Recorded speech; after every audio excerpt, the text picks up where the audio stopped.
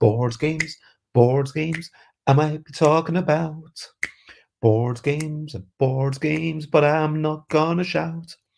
Yesterday I was congregating in a place where I was getting to know people with whom I might be creating and discussing the nature of democracy. This was highly entertaining and a worthwhile day for me. And today I'll be talking about Seize the Power. It's a thing that's been accepted into now. Play this. I will try to make it a little bit shorter because the length is, you might say, a miss. It's too long, I need to shorten it up. It's too long, and I need to shorten it. For so, hello, good morning, good afternoon, good whatever it is, wherever you are. I am Bez. This is 10 a.m. UK time, Bezzy Beats and Board Game Bladder. And today I am going to be chatting a wee bit about what happened yesterday at Now Play This Day 2. I've got lots of photos. I will then be talking a little bit about Seize the Power, maybe doing some live design, maybe writing some things. We'll see what happens. We'll see how the inspiration goes. So, yeah, let's start off, as always, with some recent highlights, living life and seeing the sights, recent highlights, playing games and other delights. Recent highlights. What did I get up to yesterday? What did you get up to yesterday? I am interested to know not just what I did, but also what you did, so please feel free to let me know. Yesterday, I went to Somerset House for the second day of this game jam, and along the way, there were drummers beating their drums and a choir. I had to stop my bike because there was runs going on, and obviously these people were here celebrating the runners and making the runners feel good about what they were doing. But I pretended that they were singing for me, and that was a delight.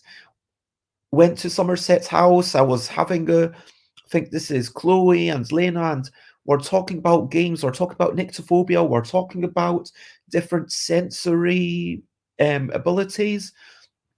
Beautiful day outside, as you can see.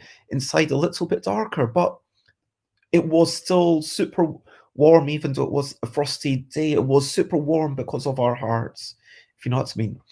All gathered in a circle so we could discuss things. So we had a little bit of time to talk about what happened the previous day, some of our takeaways. We gathered into groups. We talked about different pitches. I joined up with Lynn and Maria to my right, and you can see James there on my left. And this is obviously a panorama shot, but so it's basically a circle. And this photo makes it look like the complete opposite. It makes it look like it's long in the opposite direction to how it was. We had this lovely person coming and telling us about, yeah, about about how people can join together to determine how budgeting should work. So it's a form of people getting together. We had an exercise of people passing on gifts. I was given this beautiful Apple Watch, and there was trust that I would give it back, after the game had finished.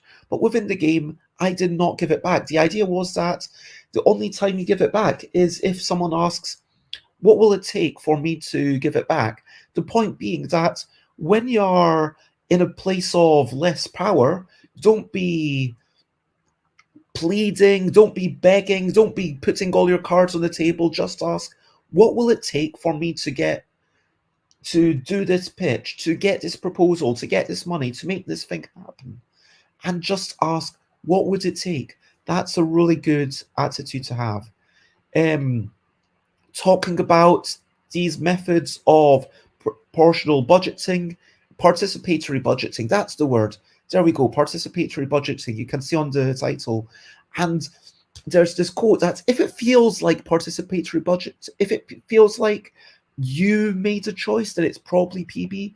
If it doesn't feel like you made a choice, then it's probably not participatory budgeting. It's all about giving power to us, the community, not one person. It's about blowing away those divides between policymakers and everyone else. It's about allowing everyone to have a sense of true democracy.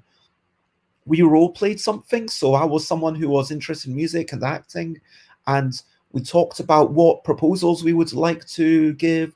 We put them all on a table, and then we voted for them using black stones are positive. Everyone had to give in 2 black stones and 1 white stone. If you did not use your white stone, you could not use your black stones. So obviously you were going to vote for your own thing. Obviously, then after that, where would the other black stone go? You could not put them both on the same thing. You could only put one counter on a sheet. So you had to decide, okay, what else is going to happen? Um, we had time for lovely discussions. There's me, and I believe that's Emilu, and that's Diana, and lovely people. Everyone, again, it's just everyone's super enthusiastic about games, or at least interested in learning about games. There's a lot of people who are more interested in governmental aspects. Some people are more interested about the democracy aspects. There's a couple of people who haven't don't have much experience in games at all, and it'll be really interesting to see what they build, because for them it's going to be about learning about game design. For the rest of us, it's maybe about learning about democracy and what that entails. It's maybe about getting to know other people, and that's such a wonderful thing. um we had these tiny little robots. If you see this robot, you put your mobile phone in it and then it moves around, which is super cool. And then there was this lovely example where it could actually go to the bridge and then the bridge would properly move. Obviously, this is far better than anything we could hope to make in the next 20 minutes, but then we were given 20 minutes to make stuff and we made stuff. Um, each group, so I had a group of 4 people, I want to say, and mine is in the bottom right. So you see there's a series of hoops that you kind of have to get through. And then there's a ramp, but even this ramp was too complicated. So it was interesting seeing just the hoops, just the tunnel bit was the bit worthwhile bit. Yeah, the tunnel bit actually meant we moved things around. There was someone with a big ramp that it couldn't possibly get up. It had to vote for one thing or the other. There was someone who made little rings with those streamers, someone who made this amazing elaborate ramp, but yeah, just too much. I don't think we made a single ramp that it could actually get up. That was actually really interesting. How, yeah, what is the maximum incline that it can actually go up? And so these are the kind of things that you'd want to know via playtesting. And I think yeah, the one bit that did work was the hoops.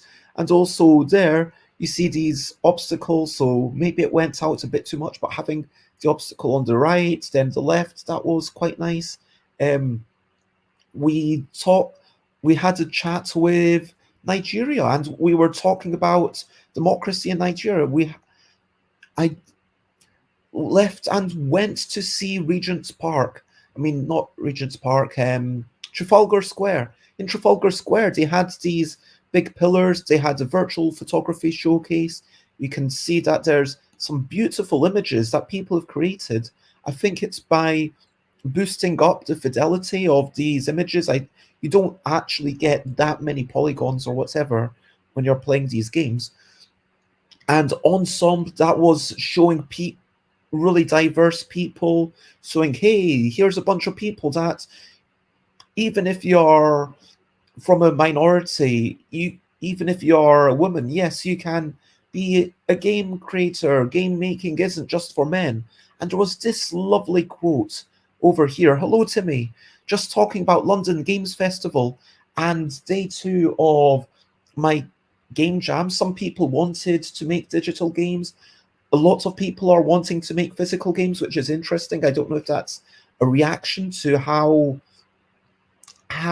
digital everything has become over the past wee while. But yeah, I love this quote. Don't wait for permission to start making work that you care about and which you believe should be out there. You don't need permission, and you never did. I love that quote.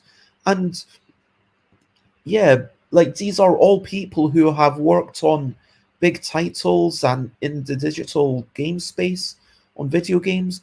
There were all these photos of things based around the UK. So Trocadero, which lasted for 2 years. Sega had this giant arcade. For those who don't know, it was called Sega World. And I went to Sega World. It was amazing. There were like 4 floors, I want to say. There was something that was meant to be like, oh my god, I'm getting electrocuted. And it was actually just vibrating. So it wasn't actually bad for you. There were like actual car sized arcade cabinets, like an actual car. And then you sat in the car, and then there was a big screen in front of it. Like the screen was, I don't know, I want to say like 5 meters, or might have, like there were literally 2 cars in front of this big screen. So it was wider than whatever the width of 2 cars is.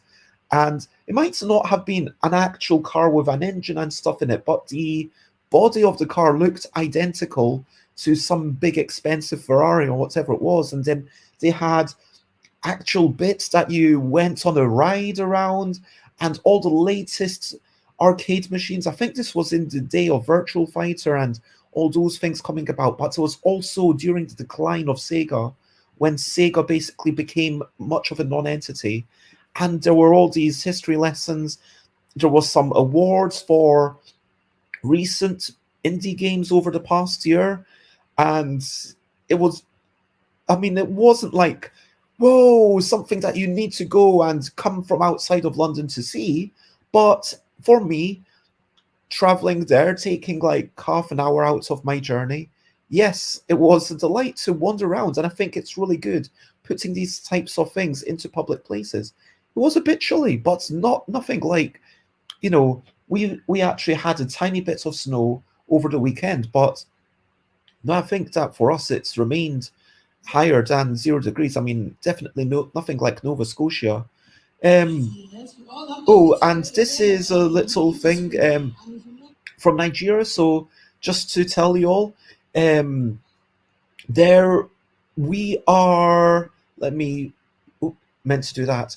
So in London, there's about 24 of us. In Nigeria, there's like, a good number of people. There's like maybe 15. I don't know how many, but there's people in Nigeria trying to make board games, people in London trying to make physical, theatrical games, emergent games. Like some people are talking about games that don't announce themselves as games and are pervasive, and maybe you start playing them outside, kind of like a pop-up thing, and see who you can enlist to become a player, and maybe they don't even realize that they're playing a game.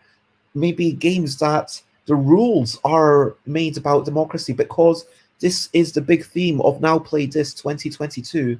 Each year they have a theme, and this year the theme is democracy, so the games should, in theory, be about democracy. So anyway, that was my yesterday. What has your yesterday been like? What are some of your recent highlights? Let me know. Other than that, let's talk about brilliant things. What's a little thing which is brilliant? What's a little thing that's brilliant for you? I mean, I am going to talk about asymmetry and, yeah, power imbalances in games. Now, I don't think that power imbalances in real life are a good thing, but in a game, I think that they are, because by having a power imbalance in a game, by having asymmetry, then it's not just, okay, let's look at Go, where it's, okay, you play on whatever the most important spots is, and what you want to do is probably going to be what your opponent wants to do. So you just do that thing. But then as soon as it's asymmetric, think about, well, maybe this is super important for me, but actually that bit is not at all important for them. So maybe I don't prioritize that bit. Maybe I prioritize the thing that's less important for me, but also very important for them. And by having asymmetry, you start having different dynamics. You can have some people who want to play different roles on different playthroughs. It can become exciting. If you play Seize the Power, because obviously I'm talking about Seize the Power somewhat. So if you play as Am and you win by stamping down on everyone, then maybe you want to replay it and see if you can win as Finnemore and win by negotiating and win by, super tactical application of the rules. And I think that it reminds us, by having asymmetry within games, it reminds us that asymmetry still exists in real life. And so that's why my brilliant thing for today is going to be asymmetry in games. So if you've got any comments, questions, all that stuff, follow, feel free to do that. And otherwise, I'm just going to carry on and maybe talk out loud and think about Seize the Power and how I'm going to remake it today. Timmy says there's 15 to 25. That's like that much. Yeah, that's quite a bit of snow. And so you're saying that by the end, does that mean that the snow actually sits? Does that mean that by the end of today, there will be this much more snow on the ground? Or does that mean that some of it melts? And so by the end of today, even if there's like 15 to 25 snow that falls, you only get maybe 5 or 10 centimeters by the end of the day. I am curious because how much is lying on the ground? Are you basically having these massive snow piles which end up taller than humans? Yeah, I do not envy you at all, Timmy. So, it won't melt, says Timmy, but maybe tomorrow it will. Huh. Yeah, I don't think I've ever seen 25 centimeters of snow in residential areas in the UK. Like, if you go up to the top of a mountain, if you go up to Ben Nevis, if you go up to the Glencoes, like really tall hills, then maybe you see something. But I think also here there's too much density. Like in London, I've never seen snow properly sitting. I've never seen in London, there's never been snow properly sitting on the ground any amount. Whereas in Glasgow, okay, maybe I see 5 centimeters, 10 centimeters. That's like maybe 50, like that's as much as it gets. Like 15 is the absolute maximum. Timmy says 1 meter, 105 centimeters in 2 days. Wow. Well, oh, I mean, I like hearing about. It's a reminder of how much when I complain about the cold and how much I complain about wanting to be under a warm blanket. And right now, I'm not embarrassed to say, yes, I am under a warm blanket. I'm wearing my Christmas jumper. You can see this is my Christmas jumper. So it is very warm. It is very comfy, and I am toasty, but I'm keeping my legs toasty because I'm just, yeah, it's a bit chilly today. But maybe I'll put the heating on later on. Let's talk Seize the Power. Let me make a little banner. What is Seize the Power? Yeah, what is it? What is Seize the Power? And you probably have heard me talking about this. Seize the Power is at its core a game about imbalances. There are aliens, and some of the aliens have more eyes. Some of the aliens have eye stalks. Some of the aliens have lots of arms. And there are rules.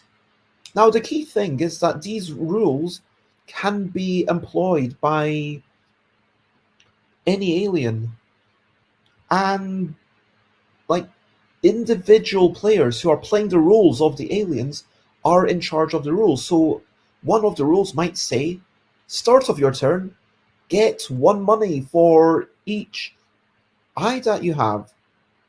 Or it might be get 1 money for each pair of arms that you have. Or it might be if you have fewer than 4 eyes, then you can't go to school. You can't get any education. If you have more than, if you have less than 5 eyes, then you need double the education to get a job. That would be really harsh. These rules are things that, the exact wording of these rules are still in flux, but the point is that they very much discriminate. If you are 2 eyes, 2 arms, no eye stalks, well then you are going to be discriminated against. And that Finnemore sadly just having a bad time of it, whereas so many eyes, so much eye stalks, all the arms, and they even start with extra privileges, they start with extra education, they start with a little bit more money. But it's not enough to, the real heart of the game is in that discussion of, is in that imbalance of power. So if someone is going to get 4 money for having more eyes, you can say to them, oh, well, you should be getting 4 money, but you know what? Would you like to get 1 money and I get 3? Because otherwise the opportunity is that you get nothing. Or you might say, hey, how about you get 2 and I get... you kind of need to negotiate. You might say, okay, I will get this card, and if you pay me some money to try and get this card, then I promise I won't use it on you.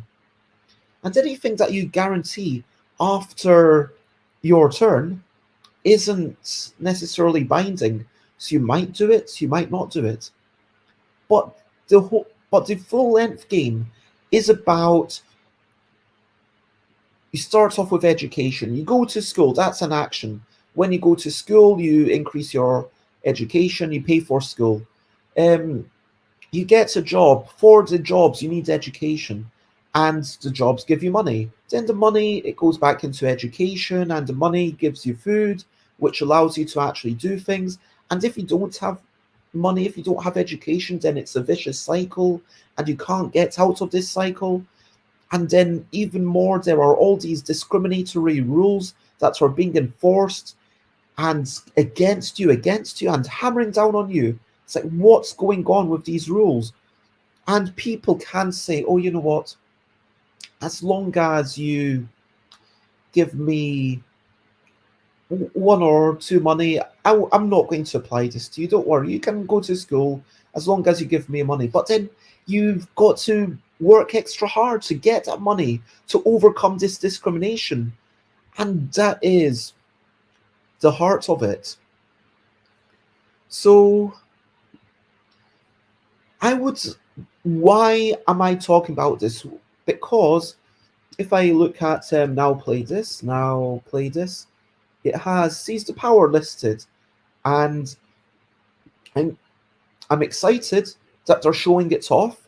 I'm excited that I get to, but this game has been a 2-hour game, when Inside the Box has been playtesting it with 4 people. It's consistently taken 2 hours. Now that's too long. People might be willing to sit down for an hour and say, yeah, I'm going to do this. But when it's longer than that, I don't think people...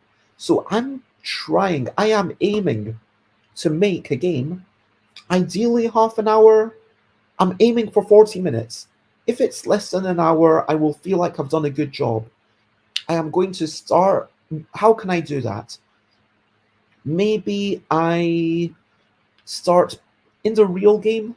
It's all about how many rules you get, and once you get to a certain number of rules, the game ends. I've been told that the game actually lasts a little bit too long, so in theory, we could cut it off. Rather than saying you need to get 5, maybe you only need to get... maybe you only need to get 4. And rather than starting with nothing, maybe you start with 1 and you need to get 3. I don't know. I think that getting 2 is probably a good amount. Getting 1 is probably not great, because that's like too sudden. Getting two, okay. Yeah, once you've gotten your second new one, maybe there's some, and that might actually bring in a little bit more of the hidden goals. So maybe Finnemore has to do some simpler stuff, but everyone does have to get two of these goals, roughly. That's what I'm aiming for. That once you've gotten two goals, you're probably going to win. Three goals, three rules additional, you will definitely win. I think that starting off with one of them does launch the game towards this. Hey, if there's asymmetry, we get negotiation right off the bat. It's going to be really clear what's happening. And I was thinking that let's simplify the rules. When I look at what can you do on your turn, you can go to school, which is you pay for your education. You can get a job. This is in the game as it currently is. You can do your job, and currently you need to do your job at least every other turn or it goes away, but I think let's just ignore that. Let's say you can start a rule auction. Start a rule auction. You do all that stuff and then you pay for food, shelter. And that's currently the way that the turn structure goes. Now, I think that for this essentially a demo style version, let's people only do one thing. I think that would be interesting, saying okay, you can do just the one thing, and then maybe starting the rule auction, maybe that's not part of your turn. Maybe the rule auction actually happens as a free thing. Maybe you can just decide, hey, this is going to happen, and I am going to pick this role to go on auction. I don't know. Hello, good morning, Alex. It is lovely to see you. You just missed me talking about London Game Jam and all this stuff, and I'm now talking about oh yeah, and I'm now talking about Seize the Power and how I might potentially be able to simplify it. But yes, yesterday was cool. I'm not able to go there today because of working on this. And that's totally fine. I do appreciate your presence. So, yeah, the rules are the key part of the game. So I think that. Oh, I just realised I don't have any water. Sad times. How will people start the rules? Now, if it's a four-player game, I'm assuming it's a four-player game. Let's assume that it's a game that can be played with three, could be played with four. Let's assume that that's what I'm aiming for, and that four is ideal, but if they need to, they can play it with three. And I guess the facilitator could even step in as the fourth player. Or I might be there, I could step in as the fourth player. Now, when can you do a rule auction? Should that be something that happens once a round? Well, if there's four players and everyone needs to get about two things to win, or three things to definitely win, that means there might be 1, 2, 3, 4, 5, 6, 7, 8, 9 rounds before the end of the game, which feels like way too much. I want people to be able to accelerate and start getting more and more rules. There needs to be more stuff coming out as the game goes on. So, that's not. Yeah, that doesn't feel great. What if there were, I don't know, multiple rules being auctioned every round? That could work potentially. Like if there was, let's say, there was one per person, so it goes round. Then I wonder, what if there's a rule auction automatically? Because 5 minutes ago I was thinking maybe start a rule auction could be an optional rule. But what if it's a compulsory thing? You need to start an auction, and if you can't pay anything for it, then you can't do anything. Okay, let's say the rule auction is a compulsory rule. That feels good, okay. And it means that there isn't going to be any escalation, but it does at least stay at a reasonable pace. Um, so let's say now, do we need energy? Because oh, jobs put energy into yeah, jobs are energy into resources. So jobs currently there's three resources in the game. What's in the game? Let me write it down. So currently what we've got is energy, which you get by paying for food or shelter, and you use in order to do your job. You've got money, which you use in order to go to school. Jobs give you money, and you use money in order to pay for rules. And finally, you've got education.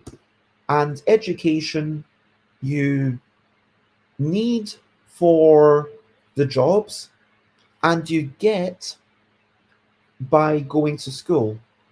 And so, yeah, there's kind of like a cycle. And that's important to the game, that there is a cycle, because that then begets a vicious cycle and a virtuous cycle. So everyone's stuck in their horrible little world where, and I almost wonder whether in this version of the game, maybe there should be more similar starting resources, but everyone's kind of yeah, just doing, yeah, just because of the way that they look is getting into very asymmetrical roles right off the bat. Because right now, school needs money, gives you education. Jobs needs education and eventually give you money. Um, Needs education and energy and gives you money. And then that's a little self-contained cycle. And if you've got money, then that also goes to the energy which you need for the job. Should you need energy to do the job? That's a question. Like, should food and shelter be part of this? Should, because, yeah, what happens if you can't pay for food or shelter? Currently, in the 2 hour game, you're essentially locked out of the game, and once you can't pay for food or shelter, then you don't get the energy and you basically can't do anything, which feels really horrible. And that's fine. I want people to feel horrible. But maybe I don't need that. If I'm trying to simplify it as much as possible, what do I really need? What is money and education feels like, yeah, energy. I feel like it should just say you can, the food or shelter, maybe once you get enough of a house, maybe if you've got house cards, and then the house market gives you extra stuff. So maybe the house market, it allows you to, I don't know, do an extra action on your turn. That would be interesting. And then it doesn't need to do any extra, bring in extra resources, because it's just you get an extra action, and or you can do your job twice.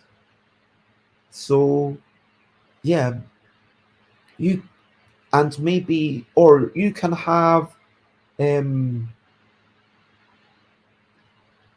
yeah, you can have free jobs. Maybe like there's some jobs that you do as a free action, which would be really interesting because then it's not just currently there's two economies. There's a kind of like the other economy within the game as it stands is the action points.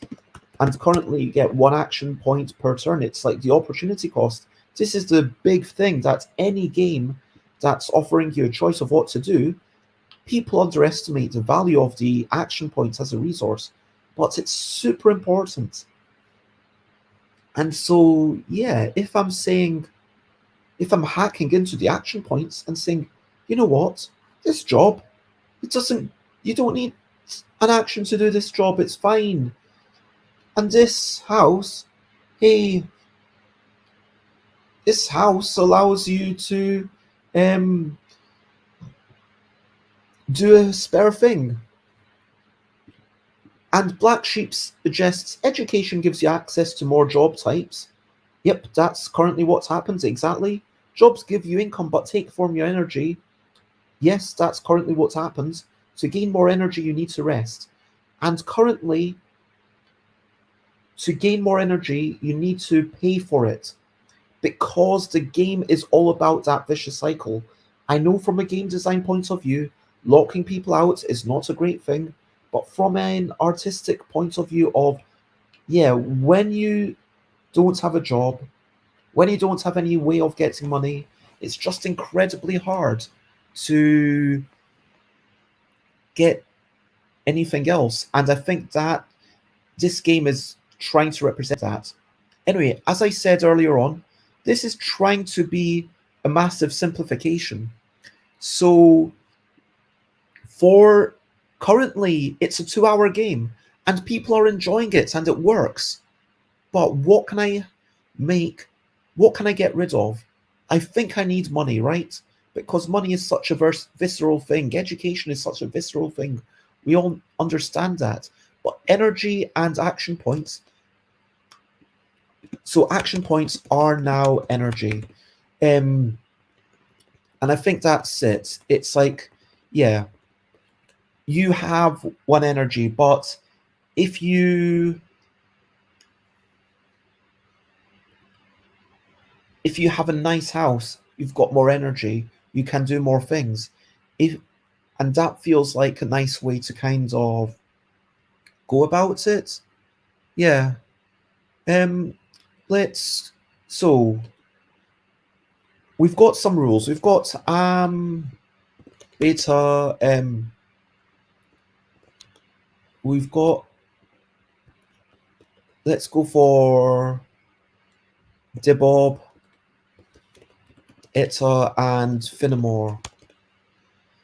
So these are the four characters that I'm going to have. I don't think I want to have opportunity for 5 people to play this game. I think that would just, yeah, not. I don't think I want to do that. But so, what is going to be their targets? What can we have as the rules? Again, I've not played this game in a couple of years. So inside the box, actually Rose, Atkinson, and Luke probably know this game better than me or Tiz because it's been so long since we've played it and they've played it this year. But I think there's something nice about coming to it with fresh eyes and thinking, what could happen?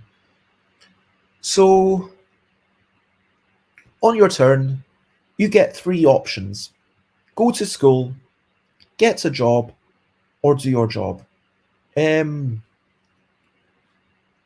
Go to school. Um, let's say currently it was an exponential curve, so the more educated you were, the more money you had to pay. No, the winning condition is number of rules. So yeah, if you look here, these are the rules. So for example, if you have 3 or fewer eyes, you cannot get a new job. If you've got 3 or more eyes, you gain money on your turn. 10 or more eyes, you gain 5 money on your turn. 3 eyes or less, you need 1 education less for a new job.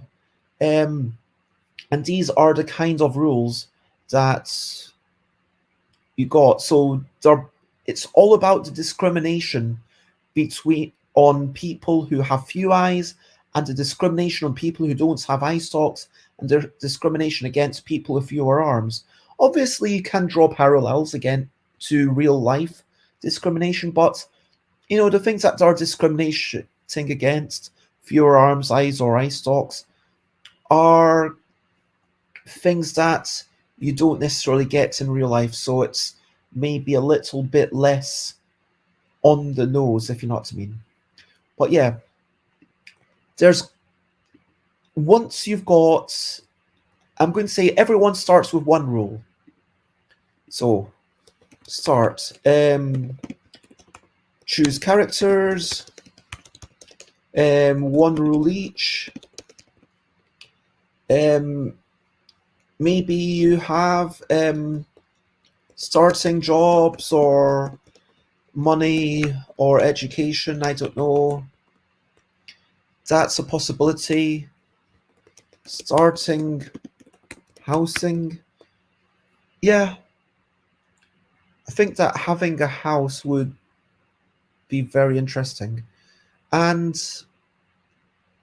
then that's the start. The end conditions. So you need to. So the current, in the full game, in the full 2 hour game, you've got to do. There's a list of criteria that you can have, and once each of those things that you've managed to do is like 1 point, and each rule that you've got is 1 point, and once you've gotten so many points, then that's it. So the end conditions currently, they might be like starts revolution or participate. Oh yes, that was another thing. Revolutions. I almost wonder whether I should just take out the revolutions, because yeah, the revolutions are really interesting, but yeah, are they too much? I don't know. I'm going to think about them. But yeah, we had a spreadsheet somewhere where I think we wrote down revolutions. I will actually ask the peeps if I can get a list of what we came up with. Um, so we had participate in revolution, it was have X jobs, um, yeah, have X money, have X education. So it was things that you were personally aspiring towards. And once you'd done these things, then, and you had your rules, then you win. If I were to say, um, there were also some other things which were to give away money and stuff, but I'm not, yeah, I don't feel like that is really needed. I think that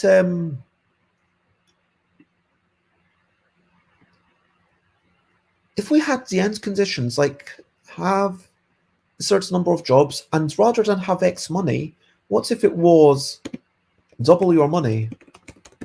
Like double the money that you're starting with, and then it feels fair, but it's not at all. That would be interesting. Double your starting education.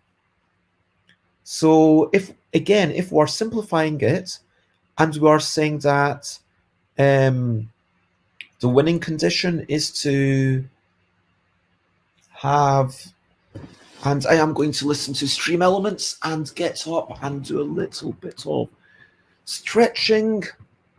Well, I think that that's actually quite an easy way to say, okay, double the money, double the starting education, and have three rules. Three rules and you win. That would mean that possibly maybe 4 rules. 4 rules and you win. Because then it's probably going to end on the second turn around the table. Maybe it's too short, but I think this could work. Yeah. So, if we say, have a job, and this actually, again, streamlines it. I am not trying to make the best game that I can at this point.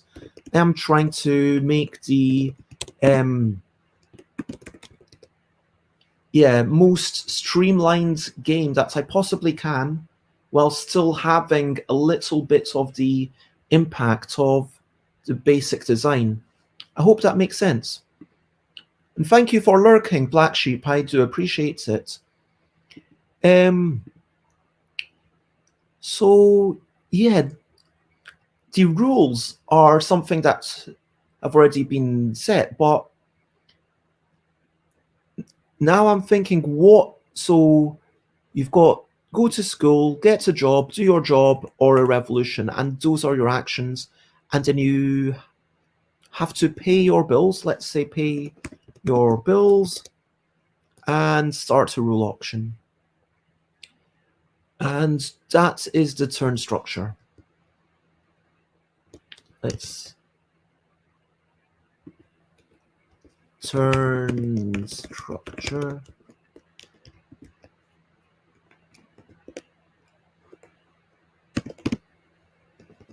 There we go.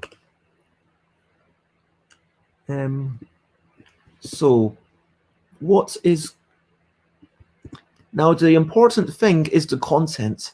At this point, I feel like I've got a really good idea of what you are doing, but what are the rules? How many jobs do you put down? What do these things actually entail? So if I choose characters and then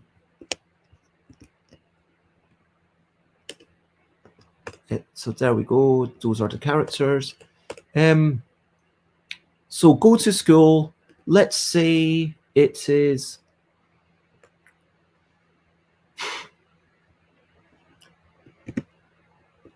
the number doesn't matter, goes to one education. Gets a job, education requirements, some give e-boost. Like some jobs, you need a certain level of education, and sometimes that education can be too expensive, but if you've already got a job, then that can allow you to get another job more easily, potentially. So get a job that's so that feels like that's done. Do your job, do whatever it says, do whatever the card says. Revolution, find one other person to vote with you.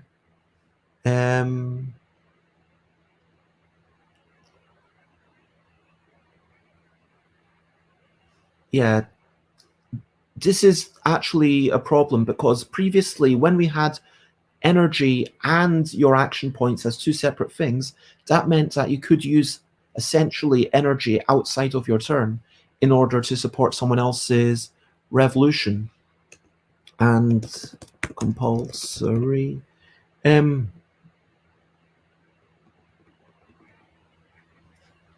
So revolutions, should it be that you find one other person? Maybe you find two other people. Is that too hard? Because it feels like a revolution might happen, and find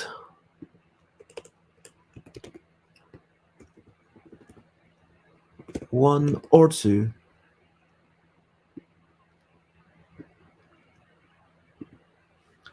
And maybe there's two different decks. Maybe there's a deck for if you get one person. Maybe there's a deck for if you get two people. And again, this I am engineering this for people who are probably going to play it once. And if we say 4 things, then you win, then that means 1, 2, 3, 4, 5, 6, 7, 8, 9 turns, someone will win the game. So basically, after a couple of rounds, that will be the end. And that feels like a decent amount for a demonstration of, hey, this is the game, let's now think about it and let's have some discussion about it. I think that, yeah, I am very much trying to cut. I'm in the cutting mindset. I'm not in the expanding mindset. There's all sorts of things that could happen. But it's about cutting what might happen in a turn. Cutting, yeah, maybe a revolution. Whether you find 1, 2, or 3 people to revolt, you take it from a different deck, and they have to offer their help, and you have to agree for their help. So if the most powerful character wants to join you, maybe say, no, we're not going to revolt with you. And then you flip it over and you enact whatever it says. So then maybe, so what I feel like we would need at most 9 cards within each deck. That feels reasonable. There could be duplicates. And 9 cards is a good amount, because that's the maximum that there's going to be. Maybe we don't even need 9 cards, but yeah, maybe I should actually use fewer. Anyway, so what contents do I need? What's outstanding? Revolutions. 1 person, 2 people, 3 people. And I think it's time to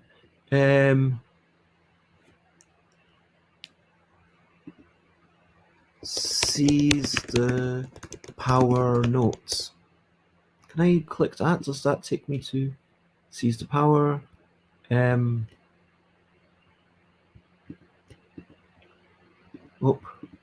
Let me momentarily go into that thing for, you can probably, I don't necessarily want to show my entire filing system on my Google Drive, but I'm happy to show you that. There. Seize the power notes. We're going to make a new Google sheet. So this is going to be the cards. These are the cards that we need to make. So what things do we need? Let's give them names. We've got the characters, and I will number how many we need. And I'm actually even going to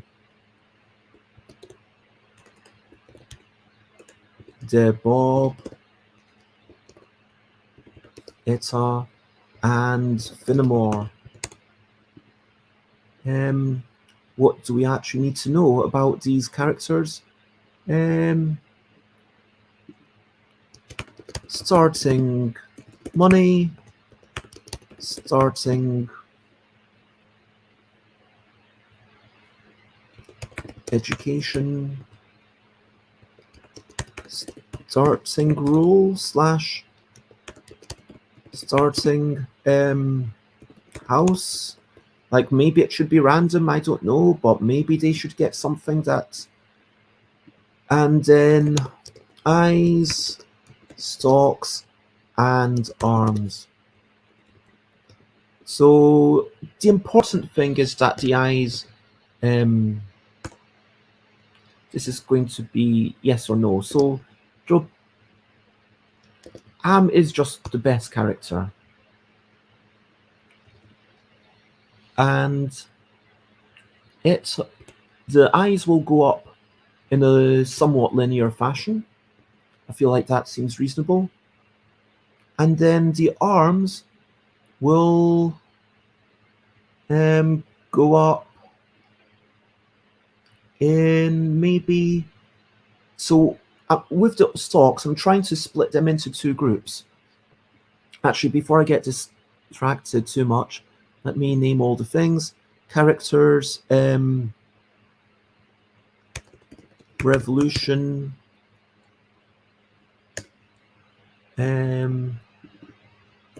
housing, jobs, and rules. Cool. So, now that I know what I need to do, it feels slightly more manageable. So that's good. I've only got 5 types of things to make. I mean, it is a chunk, but we can do these things one at a time. It's not too bad. And we can do a first pass and then come back to it. So that's how I'm going to do it. So, yeah. Arms. Do I want it to ascend in a similar way to how the eyes did? Do I want it to, for example, go to 4? Maybe it sticks at 4 and then it goes up to 6? That could be a thing. So everyone's really against, like everyone sees Am as much better, except for Eta. Maybe, so interesting, if we compare Am, like Am is the person in power, and we have this linear scale where Finnemore is clearly the worst character. Finnemore has no stalks, 2 eyes, and 2 arms. Now, Eta, with some rules, is going to be on a level footing. With some rules, Debob might be on a level footing because it might say 4 or more eyes, you do this. This is actually making me wonder whether the arms should be like that. Maybe that's not as interesting. I mean, maybe eyes, maybe arms don't even need to be a thing. I'm wondering, maybe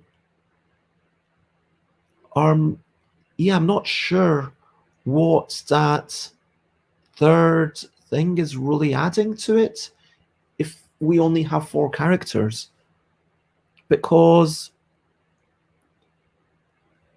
I guess if I want to say you get as much money as the number of arms you have, then at least the Bob is kind of also in this really nice situation. If I say you get as much money as eyes you have, then there's not that much difference anyway. So I kind of feel like, as long as it's a reasonable scale, like 5, 4, 3, 2, that could just be, there's a rule that says, if you've got 4 or more eyes, you do this. If you've got 3 or more eyes, you do this. And Finnemore always gets upset. Finnemore's always targeted. But sometimes Eta, Debob, and Am are all happy. Sometimes Debob and Am are happy. Sometimes Eta and Am is happy. And the arms, that doesn't feel like it's relevant.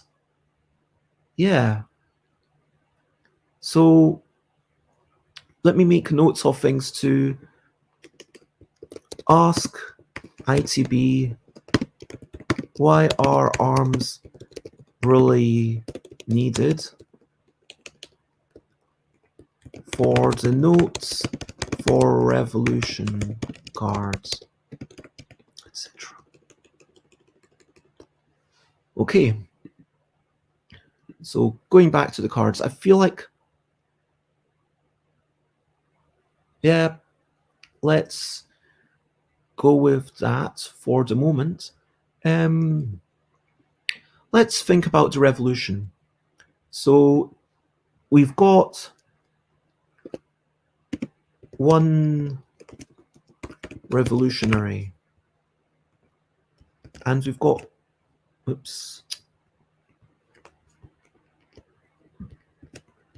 2, 3, 4, 5, 8, 9. Then we've got stuff for 2 revolutionaries. And these are going to be the cards that are a little bit more beefed up. And that will go up until here. And then we've got one for 3 revolutionaries, which will, we need another 9 cards, potentially. Again, I don't know if we roll. No, I think 7 is actually enough. Let's just get rid of a couple. And let's just focus on, okay,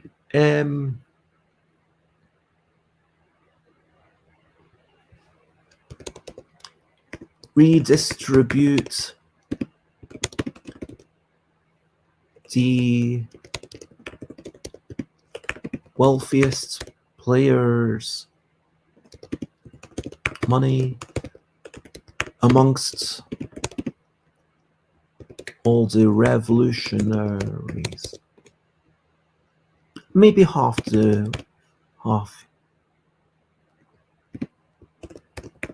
Rounds up. Yeah. That's the kind of power level. I want it to be like, whoa, what happens here? Yeah. Give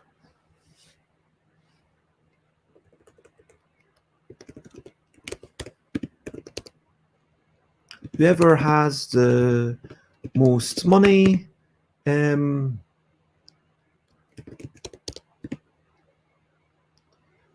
and there should be an FAQ. Rounding is always up. Yeah, so if you've got 5, you give away 3. And if multiple folk tie, everyone is affected.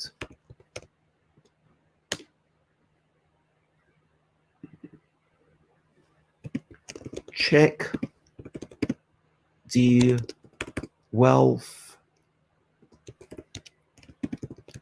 before you start redistributing. Tributing. There we go. Boom. Okay, whoever has the most money gives away one of their rule cards. Yeah, that's pretty harsh.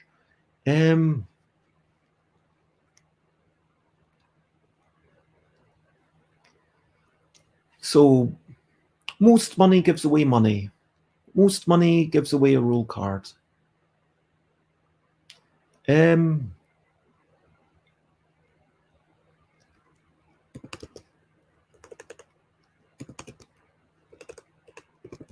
Whoever has the most rule cards gives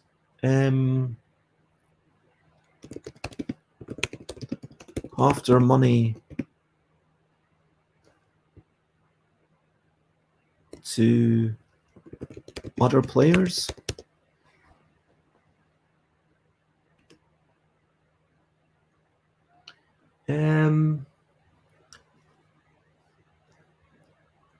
Whoever has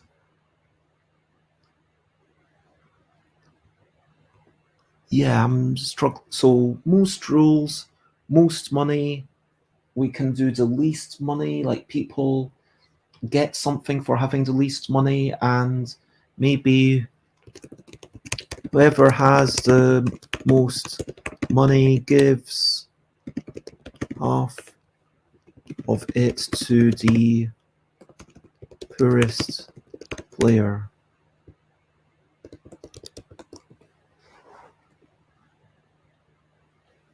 Yeah, so you divide it amongst the poorest players as you want. Yeah. And now I'm struggling again.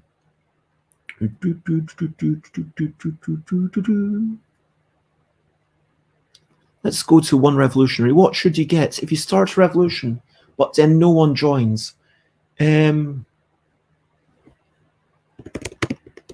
wealthiest player gives away 1 money.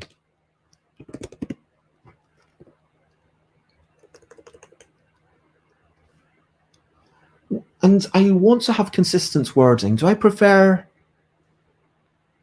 whoever has the most money or the wealthiest player? Because whoever has the most rule cards, so if I write the wealthiest player, then that makes it look different from whoever has the most rule cards. And so, yeah.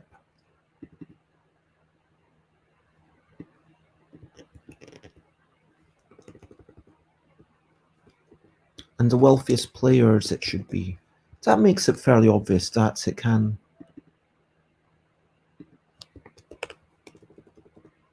There we go. And to someone with less money. So the wealthiest player gives away 1 money. Whoever has the most rule cards gives away 1 money.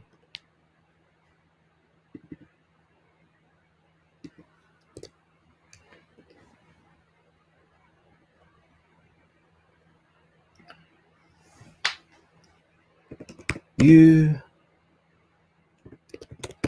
take 1 money, 2 money from the bank.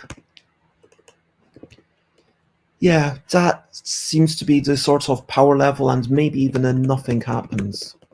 Because if you are literally the only revolutionary, then yeah, if there's 2 people doing a revolution, then yeah, that, but you want to convince people to try and join your revolution, I think.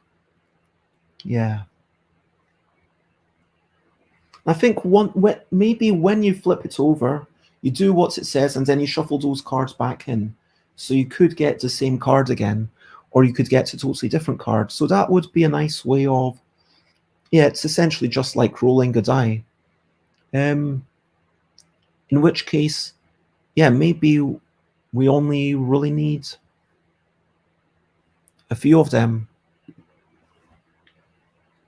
So yeah, what am I expecting the typical value of a rule to be? I'm expecting it to be about, let's say, 5. If we get a new rule auction happening literally every turn, then it basically comes down to how much money do people have for these rule auctions. How much, yeah. And I wonder whether the rule auctions should actually only start on the second round. That would give people a chance to sort of develop the asymmetry and to actually do something, but then it would also lengthen the game.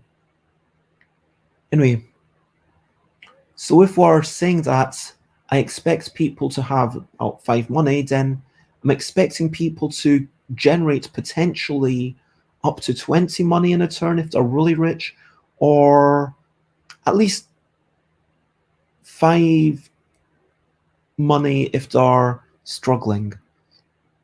So then we say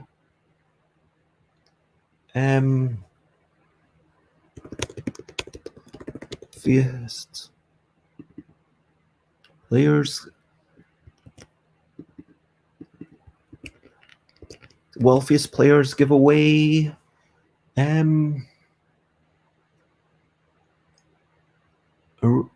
or the poorest players get, yeah, the poorest players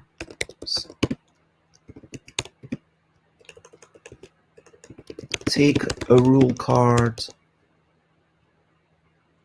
Take a random rule card. Yeah. That feels like the weaker version of getting it from someone else. Okay, you get it, but say it's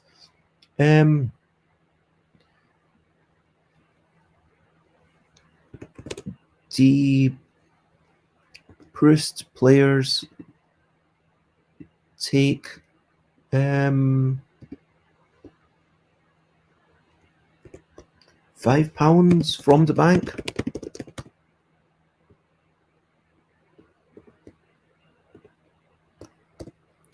Let's do 7. And I don't want it to just be about the poorest players. The wealthiest players give away something.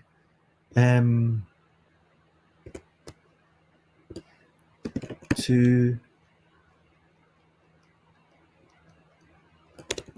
people with less money.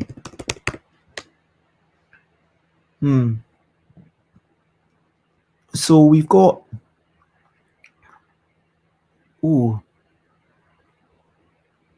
and we've got this one, redistributes half the wealthiest players' money amongst all the revolutionaries. That's super powerful. We don't have an analog here.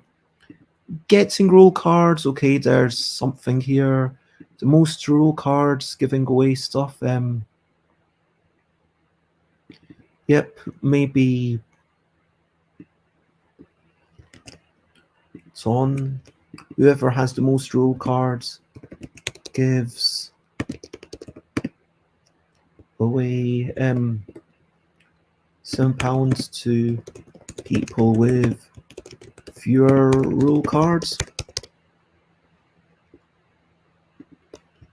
Yeah, I think that's important to stop two people saying, "Oh, I'll give you this if you give it back to me," and to people with fewer rule cards. There we go. And something about redistribution. So you've got the wealthiest player gives half of it to 7. Some people take 7 from the bank. Oh, maybe all revolutionaries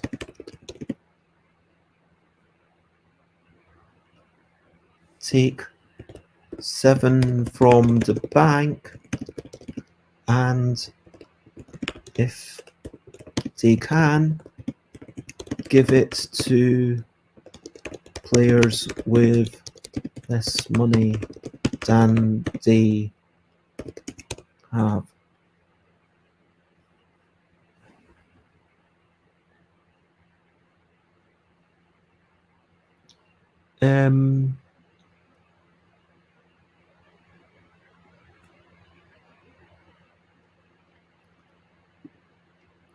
Yeah, something about distributing stuff amongst the two revolutionaries. If there's 2 revolutionaries, should you be allowed to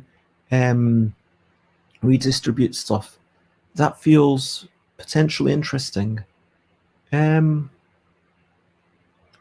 Yeah, let's say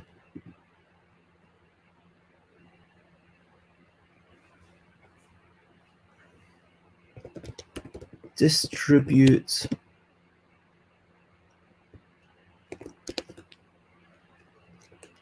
$11 money amongst the revolutionaries. So here we've got 4, then 5, then 5. That actually feels reasonable. I feel like that's enough. Housing. So you need houses, you need stuff to be able to afford energy, to be able, let's say, everyone comes with a house, right? Does Finnemore get a house? I think Finnemore should have a house.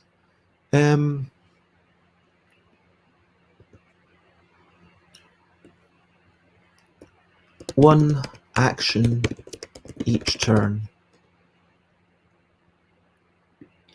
Each house has a kind of cost associated with it, and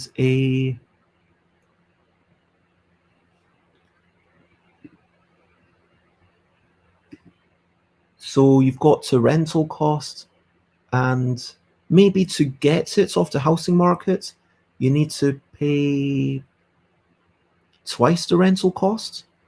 That feels kind of reasonable, because when you move into a new place, if you are renting, then you pay,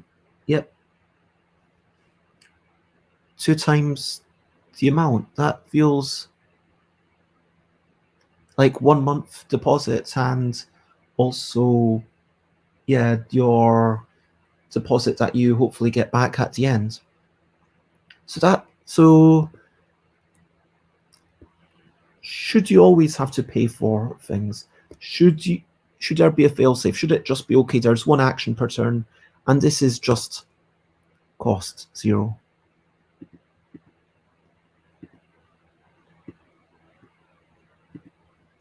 Effect, cost,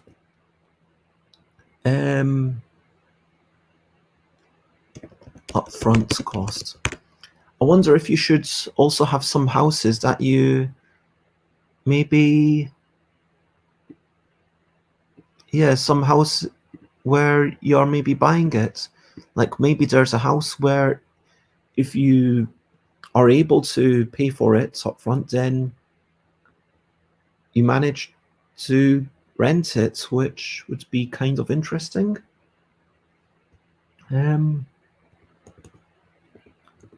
So let's say that's the basic house. Let's say if you've got a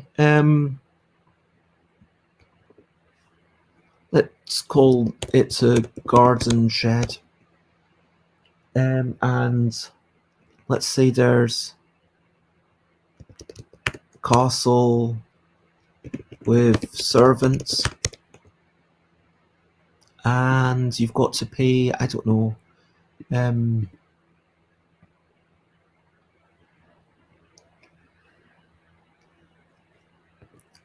a bit of money each turn, but and you get 2 actions each turn. What else can the houses affect other than the actions? What else could they do? Could they bring in some money? Could they bring in some education? Like, let's just brainstorm. 1 action each turn is kind of assumed, but then also maybe it's all jobs require 2 education less to get. Maybe, and how many jobs can you have? Should that be a thing? Because if you're in a garden shed, you don't have the energy to do a lot of work. So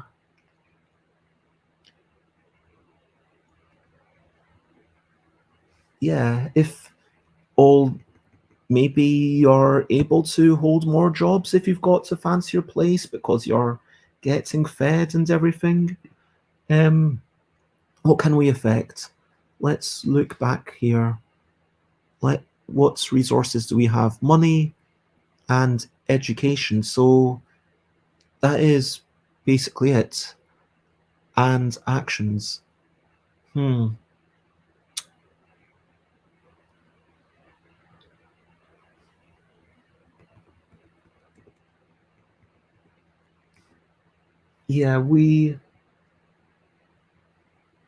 So if education is the only thing that you can get to discount on, then that's basically all we can functionally do. Like jobs requiring less energy to get. I guess there'll be something like that where something where there's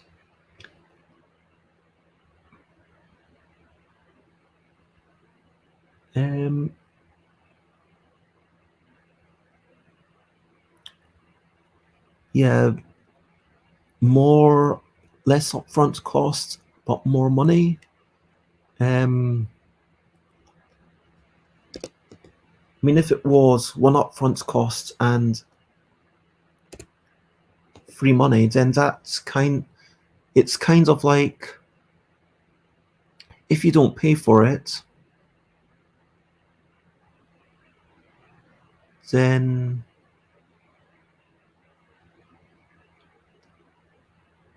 yeah.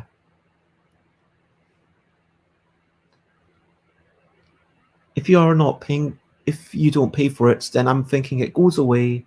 So it's kind of like you can postpone an action for one money, which is probably a terrible idea, but it feels like something that you should be allowed to do. And again, how many do I really need to make? I need to make about 7, definitely no more, because everyone starts with something. Maybe they all start with garden sheds to give the feeling of being, yeah, kind of equitable. And I do wonder, like, could we make that totally equitable? Just say everyone starts with the same money, but as soon as you enforce the first rule, you know that that's not quite the case. So, yeah, why would everyone have, like, maybe all these people have just been told to go out and make something of themselves in the world, but four characters from different families, and are going out to try and find their fortunes in the world. So that's what's going on. I am going to turn around every now and then again. Do. Turn around.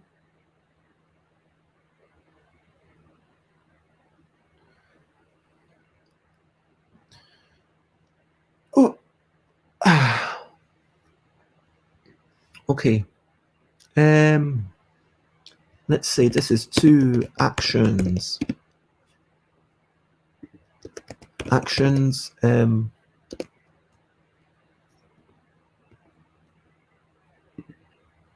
One.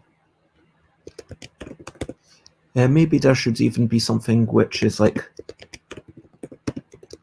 3 actions each turn, but you need to pay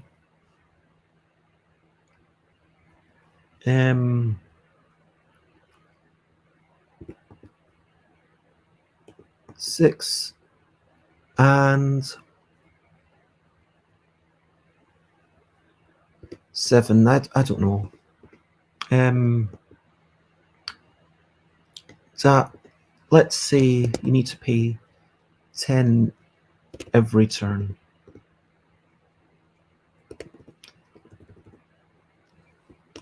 Super. The receptacle of respect.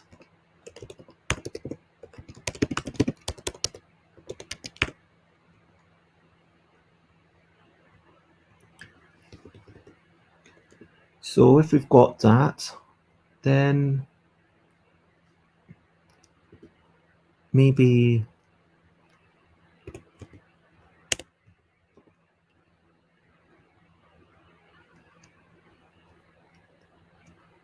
um 15 and maybe this is too many things because I feel like I want to delete that one, and let me actually put that to the bottom. 1, 2, 3, 4. And if we say that you can have one house at a time,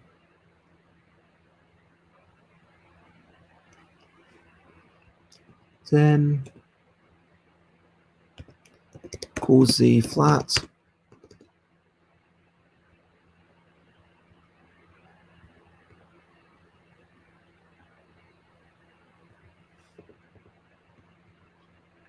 Then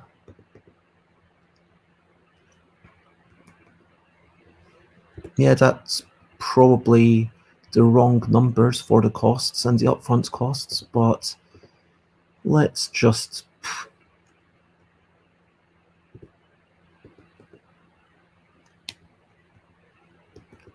do that.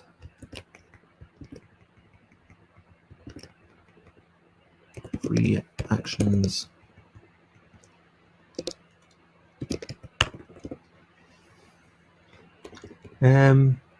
So this is the receptacle of respect, and that is the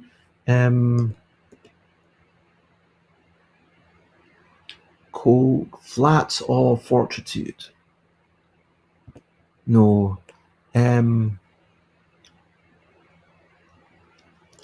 University.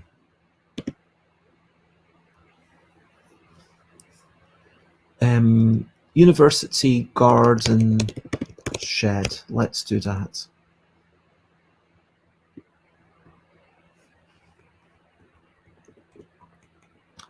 That feels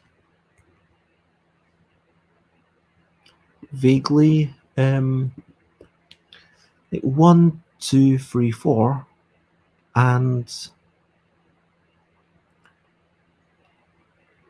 so yeah, do we have maybe 2 cozy flats? Maybe there's people should only be allowed to have one thing, I think, for simplicity, even though that's not quite what reality is. I think that seems reasonable. Okay. So jobs.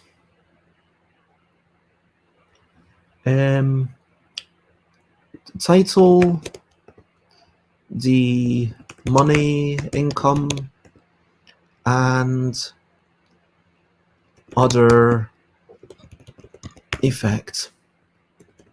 So like paint watcher could give you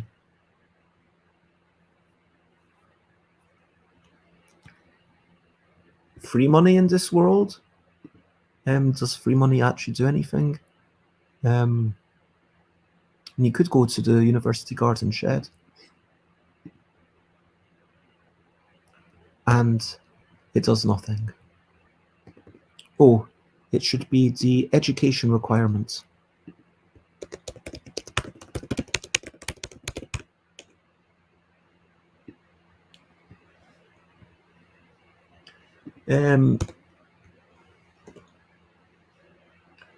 Now we've got the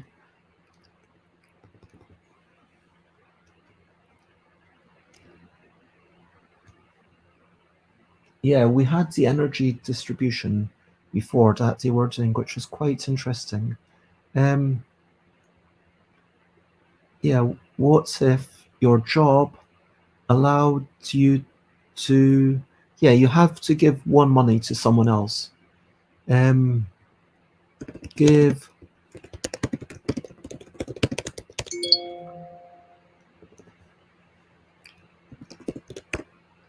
money spender.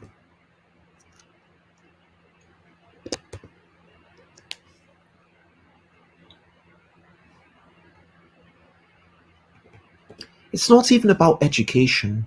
It's about respect or commanding respect. I don't know how to put it. It's about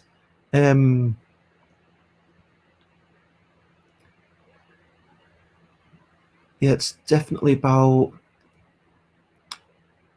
privilege. Oh, what's a better word? Because it's about experience. Formal education. Like, there's no better words that I've got to show. I'm struggling with that. Yeah, hello, Joanne. It's lovely to see you. And thank you for jumping in.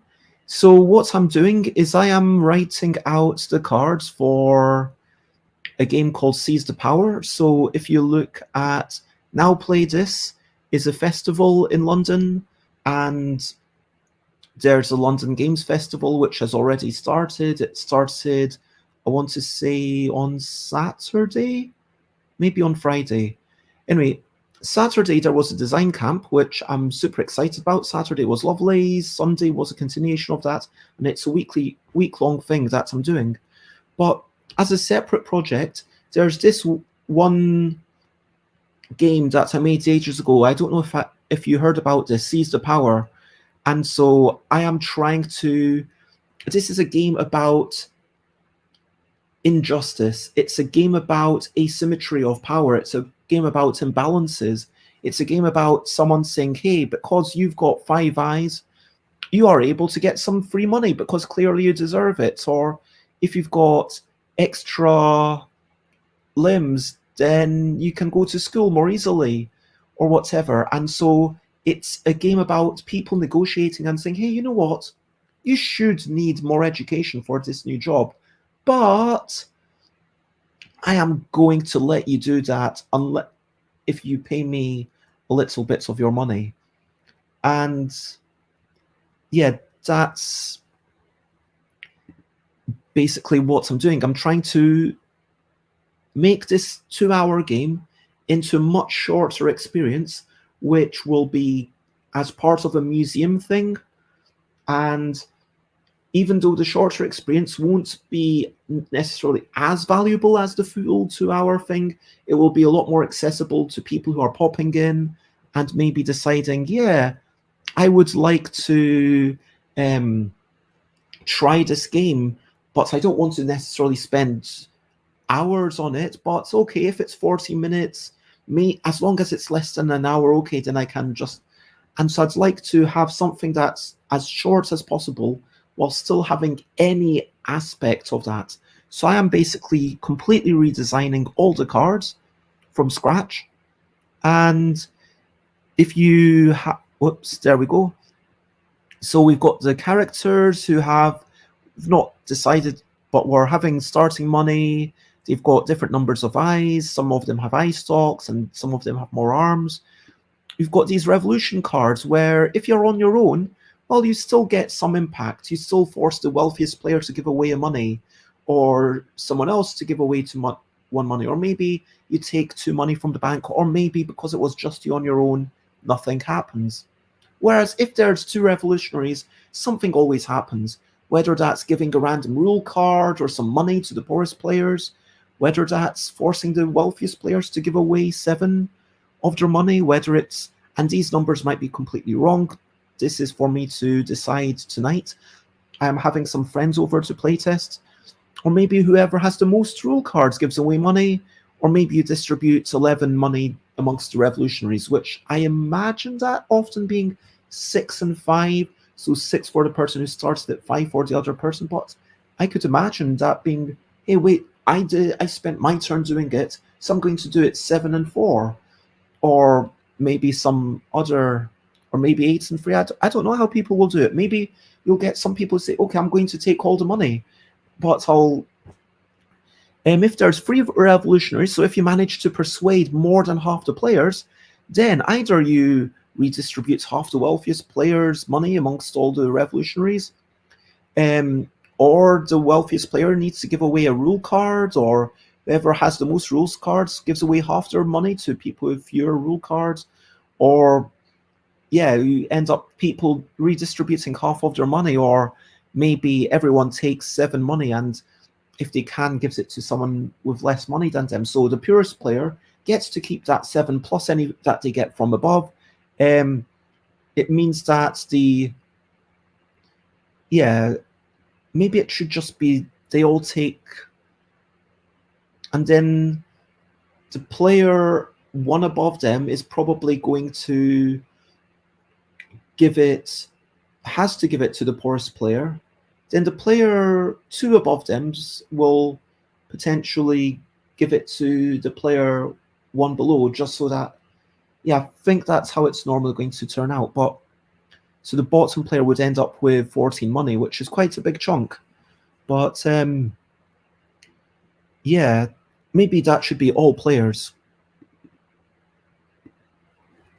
because that, yeah, all players take 7 money from the bank, and if they can, give it to players with less money than they have. That would be quite exciting. So the revolutions are going. Oh, I never actually said. So what you do on your turn is you do one thing. Either you go to school, or you get a job, or you do your job, or you do a revolution. And at the end, you have to pay your bills, and you have to start a rule auction. Can the game be played with less turns? Exactly, that's what I'm trying to work out. So the full game, as I say, it's quite a long thing. It's 2 hours. But what I'm thinking is that maybe start it off in the center. So rather than everyone starting with 0 rule cards, start it off with everyone having at least one of the rule cards, and start it off with start and end it a little bit earlier. So the end conditions have 4 rules. This feels maybe a bit more achievable, although maybe 3 rules. And what is the objective for winning? These things. So have a job, double your starting money, double your starting education, and have 4 rules. So again, in the 2-hour version, there was a bit more to it. You had to do different things depending on the character you are. But I'm thinking that because, again, this is for a museum setting where people are probably just going to be playing it once, I want to say everyone needs to do this, and it simplifies it. So you need to have a job, you need to double your starting money, double your starting education, and have 4 rules. Maybe that's still too complicated. Maybe that's still too much. But I feel like then at that point you can say, yes, you are a successful creature in this alien world, and congratulations. So we've got our housing. My idea for housing was that everyone starts off in a garden shed and they get 1 action. If they can pay 5 money and then pay 5 money every turn, then they get 2 actions. Upfront cost of 10 money, and then let's say, yeah, maybe that's 3 money each turn. There we go. 2 actions. Yeah, why would you get the castle with servants at that point? Yeah, that's a bit. Yeah, I guess all of these things, there's only one of them. So the idea is that maybe you want to. There's some. Okay, I clearly don't want the castle, but if someone buys the cozy flat, well, then I guess I've got to buy the castle because they got to the flats earlier. That's kind of what I'm thinking. University Garden Shed, it costs a lot less, and it only gives you 1 action, but then all jobs require 2 actions less. I think you probably should have this one in the middle. I've changed my mind on this one, although those numbers are all wrong. Let's delete those rows. And what name can we give this? This something that gives you 2 actions. And this is a school garden shed, and this is a university garden shed. University garden shed, and that's high school. Yeah, I don't know. And this is going to cost a similar amount, maybe 5 and 3, and it gives you 2 actions, and everything requires.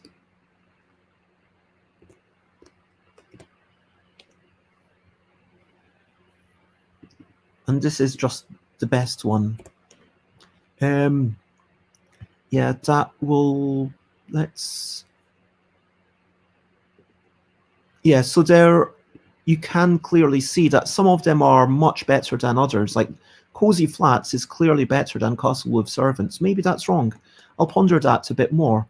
But yeah, one if you're actually able to pay for the receptacle of respect, then brilliant. But is the 7 extra money worth it?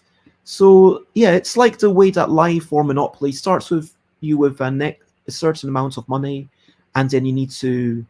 Yeah, it's exactly like the landlord's game, which Lizzie McGee invented to show off the utility of the single tax theory. And I'm using a simple economic game in order to show off the utility, to show off the inequality. That's basically what this game is doing, showing off inequality. It is a very political game. And so now, yeah, within this game, I'm trying to think what jobs people might have. Like, some of it's like, again, like Echo Maker, that was one that I liked. You could have Ultimate Dictator. And like, so education requirements. So what I was thinking was that some jobs would give you respect or education, like basically means that you need less education for future jobs as long as you have this job.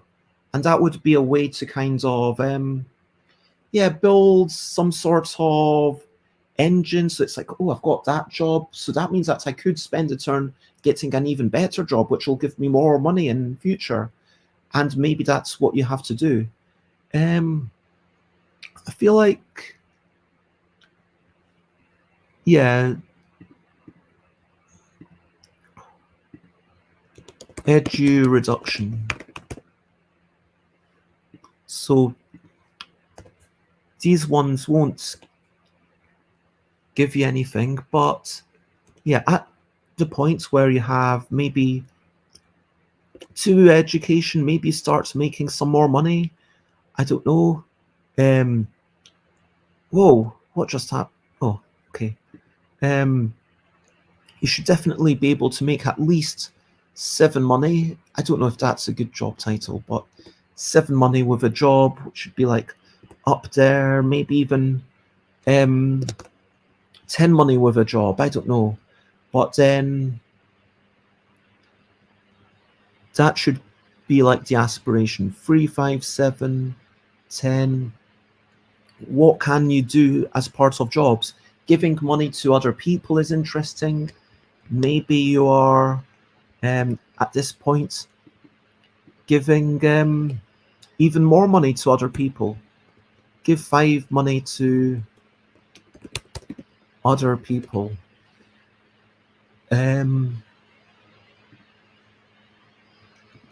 Money spender. Luxury decider. You're a decider of what is luxury. And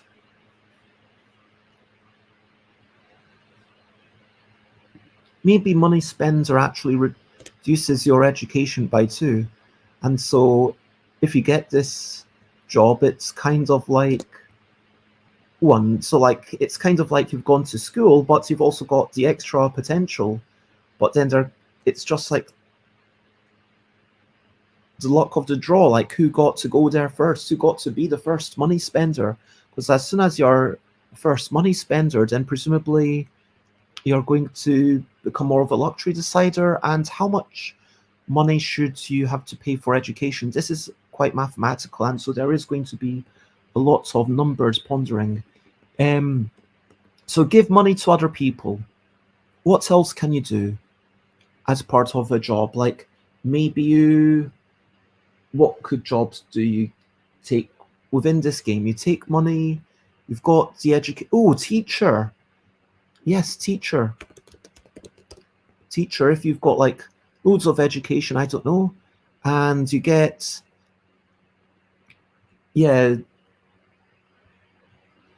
maybe you don't get that much money, which is kind of sad, but realistic. And It has a fairly high education reduction, and you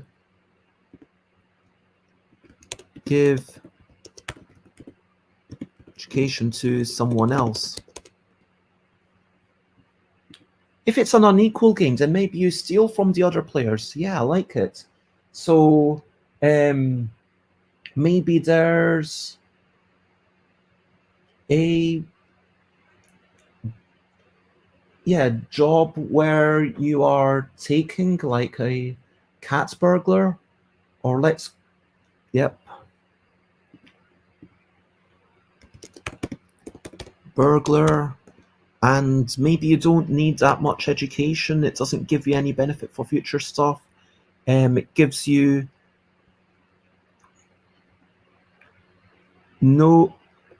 nothing but take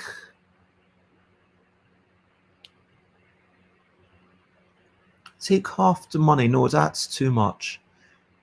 Half is way too much. Take 2 money, maybe. Yeah, like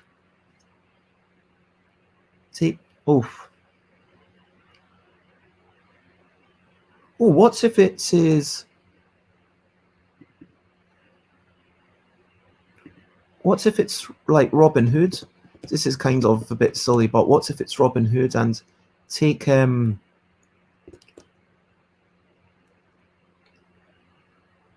money from someone with more money than you? And that would be quite interesting, because then and cat burglar take from whoever has the most rules, like,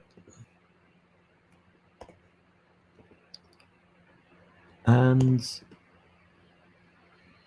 yeah, that seems quite interesting.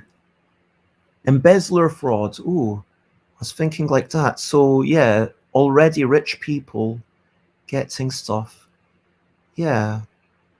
I'm not sure how to depict embezzlement in this game. Anyway, I feel like at this point, I've spent quite a bit of time getting a solid basis in here. I am going to nip off and have my breakfast and continue pondering this. Maybe I will have cereal, go off, buy milk, get cereal, or maybe I'll just have a wee bar, maybe some, I could have some peanut butter and oats cake. But I think at this point, I really appreciate all your inputs, Joanna, and everyone else who's been here. I feel like it's time for me to start winding down. So I'll ask the question of the day. Question of the day, it's a little question before I go on my way. So my question of the day to you was, when was the last time that you felt, oh, this is a bit unfair and things felt a little bit unequal? For me, as someone who maybe doesn't like, as basically as a trans woman going in around, and even though South Bank Centre did try to make it clear that these are accessible loos and there's no discrimination and everything, it would be nicer if there were kind of the choice for cubicles and gender neutral loos, so you don't have to make that choice. And there are some people who are non-binary, and so for me, seeing loos when there isn't a non-binary option available, that feels a bit unfair. And sure, there was actually one for handicapped folk, which anyone can use, but then if you are not physically handicapped, but you're non-binary, then like using that loo then takes it away from people who have physical issues, which feels incredibly unfair. So that was the last time that I So something unfair. How about you? Like, was there some unfairness or something that you've seen recently? Over to you. What are you up to? You can share, but only if you want to. What are you up to? What are you doing? What are you doing today? What do you need to get done? What are you excited about? What do you consider fun? I am going to have some friends coming over tonight. I am excited to be playtesting my game, Seize the Power, which you saw. I am going to keep working on that. I'm going to grab some food from Sainsbury's to kind of cook in a stir fry. I'm thinking noodles. I'm thinking maybe either bamboo or water chestnuts, maybe both. I'm thinking a bit of beetroots to turn it all red. I'm thinking maybe some onions, maybe not. I'm thinking maybe some peppers. Yeah, I'm a kind of, and a whole bunch of noodles. That's what I'm thinking, and a bit of peanut butter on the top because peanuts are brilliant. Joanne says, I feel like we have been too busy. We have some fun together, but now it seems like we are busy doing things on the schedule and we are not connecting. Who is we? Do you mean like us two? Do you mean like people, globally? Do you mean like people in your neighborhood? But I feel like it's interesting because online connections, don't get me wrong, they are a real thing. Oh, your husband and I. Okay, thanks for clarifying. So, you need to take time to connect with each other. Yes, absolutely. I mean, it's important to maintain those physical connections with those people closer to you. And I hope that, maybe if you are able to spend a bit of time playing things or, bits of time having a date, like going for a walk together, like going for a walk to the park and saying, even if it's just like half an hour or 40 minutes, saying we're going to go out, we're going to walk to that bit, and then we're going to come back, and taking that time to chat together. I mean, that's something that I love to do. I will definitely get out if only to go to the supermarket. It's quite rainy, and so I don't know if I will want to go out more than once because the skies are very grey and white. There is not a patch of blue in the sky. I can see some bits of black as well. So the sky is very ominous and dark here. But yes, I hope that you're able to. Yeah, that would be my advice. Kind of just trying to maybe go for a walk. I don't know, and saying, okay, we're going to make sure that we go for this walk together, because then at least you get your exercise together, you chat together. But lots of love, and as always, I will recap and wrap up before I finish up. So to recap and wrap up, I talked about what I was up to yesterday, where I went to the Now Play This design camp. It was lovely. The road was closed because of the runners, and there were people singing. I pretended that they were singing for me. They weren't. They were singing for the runners, but it was still nice.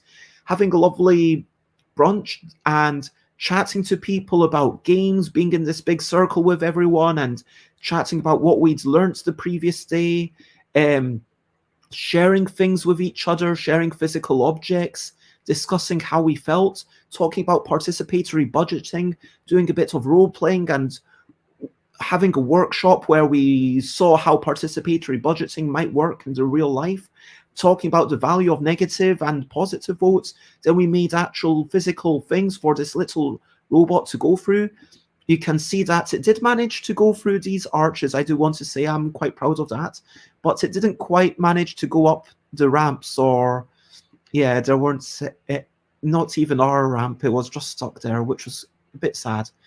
We talked to the people from Nigeria about how democracy works in Nigeria. I went to the Trafalgar Square, where they had all these plinths showing diverse folk who work in video games, giving advice to people about just start making things. You don't need permission, and showing a bit of the history. That was lovely to see. And then, there's a lot of stuff coming in from Nigeria. And this is what's going on today. I think that it's reasonable for me to show this. So we've got kind of people in Nigeria working on games, people in the London working on games, and we're kind of doing stuff together, which is wonderful. Then I talked about how asymmetry in games can be an artistic method of provoking discussion and reminding people about the real world asymmetry. Also, if you've got asymmetric desires, then that means that it's kind of more interesting, because rather than it just being what's best to me, the same thing is going to be best for you. I'm going to take that in a competitive game or in a cooperative game. Okay, what's best for us? Like maybe in a cooperative game, you've got to balance your needs versus someone else's needs. Maybe in a cooperative game, you've got to think that you want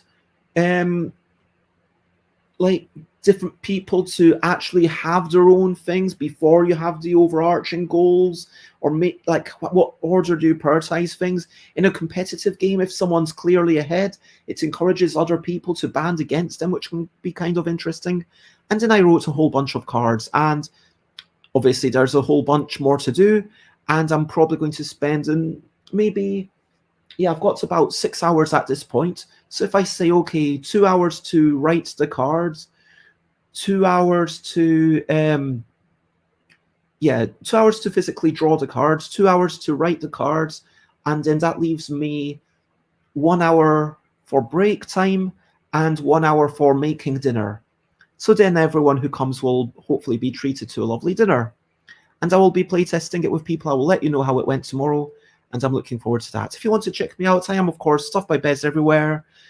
Twitch, I'm streaming every day at 10 a.m. UK time. YouTube for the old shows, stuffbybez.com/Discord if you want to check that out. And for the next week, I am basically just going to be talking about this event. Tomorrow, however, I do have Adam Best, who I'm going to be talking about charity, about Giants games, and I'm excited to be talking to Adam Best. I'm super excited to be talking to them. Then, yeah, Wednesday, I've got Alan Paul on for a wee bit, and Thursday, Friday is just about Now Play This, and Saturday and Sunday will also be about Now Play This. And yeah, then next Monday I'll be meeting Dave Neal, who I've already met in real life, but we'll be getting to know each other. And so that is it. Joanne, have a lovely walk. If you're still here, enjoy your time outside. And I think the only thing left to say is, of course, share, spread the word. But thank you very much, everyone.